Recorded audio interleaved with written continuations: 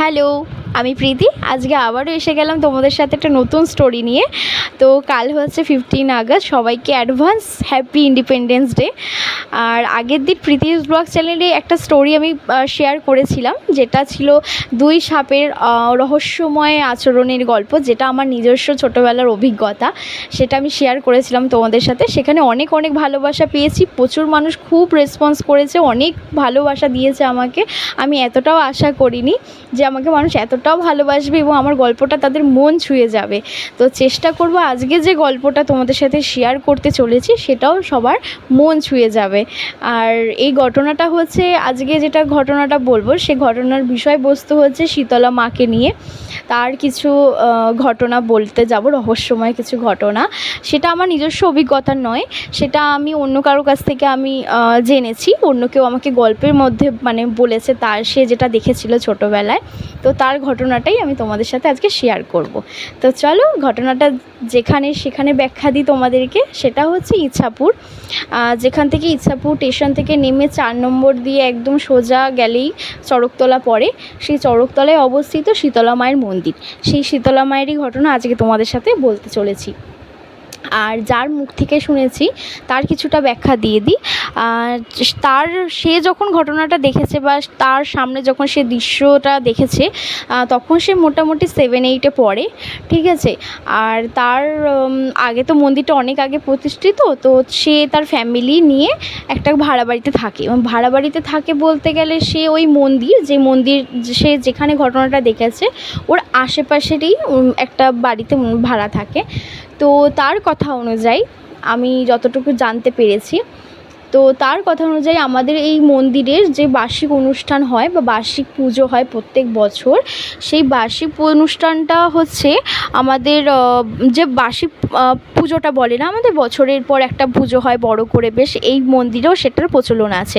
শীতলা মায়ের মন্দির প্রত্যেক বছর পুজো করা হয়, এবং সেটা জ্যৈষ্ঠ মাসে। আর এটা সবাই জানো যে ইছাপুরে জ্যৈষ্ঠ মাসে চড়ক মেলা হয়, সেই পুজো উপলক্ষে চড়ক পুজো বলা হয় বা চড়ক মেলা বলা হয়। তো এই চড়ক পুজো বা চড়ক মেলার ক্ষেত্রেই ওই নামটা প্রচলিত। শীতলা পুজোটা সেই উপলক্ষেই করা হয় বা সেই উপলক্ষেই এই মেলাটা বসে। তো যেদিন পুজো হয় তার আগের দিন জানুন যে যোগাযান্তি হয়, মন্দিরকে পরিষ্কার করা হয়, মন্দিরকে পরিষ্কার করা হয়, গোছানো হয়, তার সব কিছু রং করা হয় মন্দিরটাকে নতুন করে, এবং মায়ের যে পরনে শাড়ি থাকে মাকেও নতুন করে সাজানো হয়। তো সেরকমই আগের দিনকে সেই প্রস্তুতি চলছিল। এবং যে ঘটনাটা যে মেয়েটি ঘটনাটা দেখেছে, সে একজন মেয়ে, এবং যে মেয়েটি ঘটনা দেখেছে সে এই অনেক ছোটোবেলা, যেহেতু এখানে ভাড়া এসেছিলো 15 বছর আগে, সে এখানে এসেছিলো তখন সে খুব ছোটো ছিল, তখন সে 2-3-তে পড়তো। তো সবার মনের খুব প্রিয় সে, ক্লাব বলো পাড়া বলো সবাই তাকে খুব ভালোবাসে, কারণ তার গুণটাই এমন, তাকে ভালোবেসে পারা যায় না। তার আচরণ বলো, তার ব্যবহার বলো, সব কিছু ছোটোর থেকে এতটাই সুন্দর যে সবাই তাকে খুব ভালোবাসে। কখনো মনে করেনি সে ভাড়া বাড়িতে থাকে, ঠিক আছে। তো সব কিছু ব্যাপারই তাকে ডাকতো, ক্লাবের যে কোনো বিষয় তাকে ইনভলভ হতে হতো, বা মন্দিরের যে কোনো বিষয় তাকে ইনভলভ করতে হতো। তো সেরকমই সেই বছরেরও সেরকম একটা ঘটনা, যখন সে 7 বা 8-এ পড়ে তখন তাকে মন্দিরের কাজের জন্য ডাকা হয় যে একটু এসে যদি করতে পারিস তাহলে এসে একটু করলে ভালো হয়, মন্দিরের জন্য আমরাও তো আছি, হাতে হাতে কতটুকু করতে পারবো, তুই একটু সুবিধা হয়। তো সেও আগ্রহের সাথে, হ্যাঁ তারও ইচ্ছে মনে যে মন্দিরে কাজ করবে।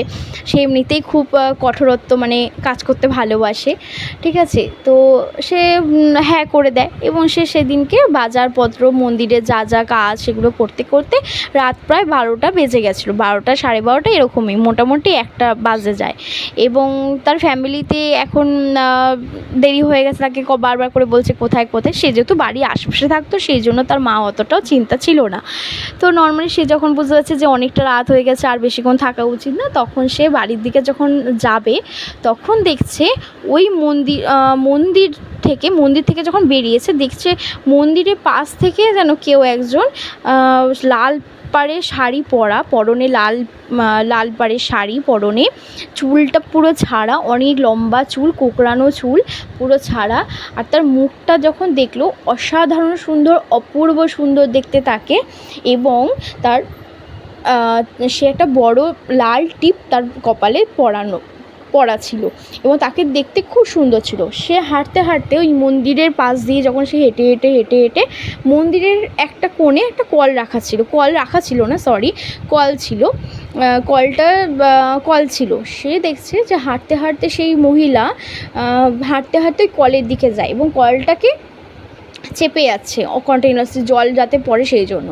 এবং সে দেখছে, মেয়েটি খেয়াল করছে যে সে কলটাকে চাপছে এবং কল থেকে জল পড়ছে, কিন্তু এখানে একটা রহস্য আছে, কলটা কিন্তু খারাপ ছিল। কীরকম খারাপ? কলটা অনেক বছর ধরে নাকি কলটা ওইভাবেই পড়ে থেকে কল থেকে কিন্তু জল পর্যন্ত পড়ার কোনো চান্স নেই, কারণ কলটা পুরোপুরি খারাপ, কল থেকে জল ওঠেই না। মাটি থেকে চাপ কল মানে কি, মাটি থেকে চাপড়ে পড়ে মাটি থেকে তো জলটা উঠবে না, কিন্তু ওখানে কোনো জল মানে পড়ারই কথা নয়। কিন্তু সেই দিনকে রাতেবেলা উনি কলটাকে চিপছে এবং জল পড়ছে, মানে এটাকে দেখে ও সাথে সাথে তো ও বুঝতে পারেনি, ও নর্মালি চলে এসে বাড়িতে দেখেছে, ঠিক আছে। কিন্তু পরের দিন যখন পুজো শুরু হয়েছে তখন ওর মাথায় এলো কালকের রাতে আমি দেখলাম ওই কলে জল পড়ছিল, কিন্তু কলটা তো খারাপ।